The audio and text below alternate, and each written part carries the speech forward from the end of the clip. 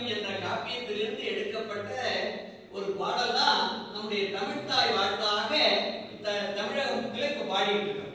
நீராறும் கடவுளுக்கு நிலமடந்தை கிழிவொழுகும் பாடலுக்கு ஒரு விழா தொடங்கும் போது தமிழ்த்தாய் வாழ்த்து தொடங்குறமே அது அந்த அவருடைய காப்பியத்திலிருந்து எடுக்கப்பட்டது.